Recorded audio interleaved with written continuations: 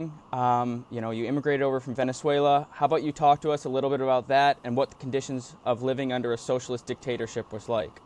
Yeah, I'd say that the only good side of living under socialism is that you learn to love liberty. And that's what happened to me.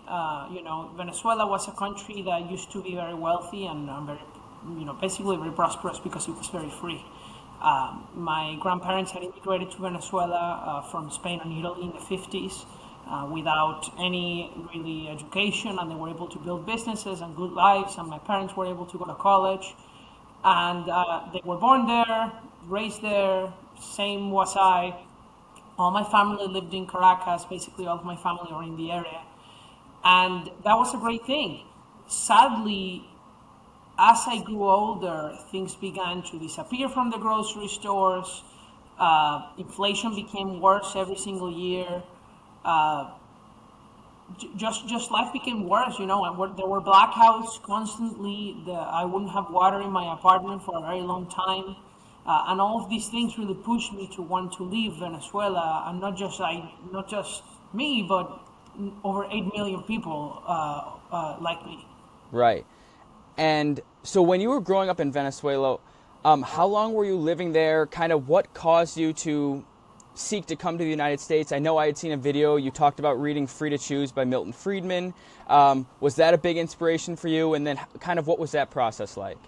So, well, I was born in January of 1999. So, for some context, Hugo Chavez took office February of 1999. So, a month Okay. after I was born, he took office. He was elected December of 98. In the last free and fair election that we really had. Um, and so, I lived my whole life under that same government, but Venezuela was still pretty well off in the early years. And you have to understand that also when Chavez took office, the oil barrel was around $10 a barrel. By 2008, it was around $100 a barrel. It had increased by 10 times. And so did the revenue of the government of Venezuela, which was exclusively dependent on oil. And the consequence was that Venezuela was able to remain stable for the first 10 years of the regime, though it should have boomed, right? Because if your main export had multiplied in price times 10, your economy should have grown tremendously, and Venezuela didn't. Right. That's the big missed opportunity. The great missed opportunity of the 21st century worldwide was Venezuela. That should have become like Dubai, right? It Right. should have become richer than any country except the US, really. Um, and it didn't. And today, instead, is one of the poorest countries in the world.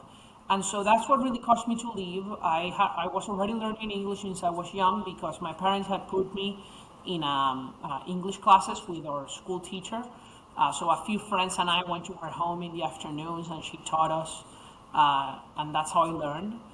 And then you mentioned that I picked up Free to Choose, and that's what really got me interested in economics. But what really got me interested in America was Ronald Reagan.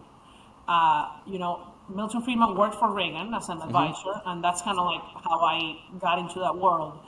And then I started just watching speeches of Reagan online, and I thought that that was so inspiring. Back then, when I was young, Fox News still was allowed to be shown, same as CNN, on Venezuelan TV. And I Okay. started watching the English news of the US to kind of learn.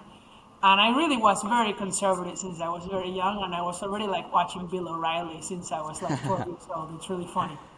And now I go on Fox News myself, so it's actually really amazing. It's come full circle. Yeah, but that's what really got me inspired to come. For me, the America that I imagined since I was young was that place that was a refuge for all people around the world who sought freedom and were willing to work hard for it.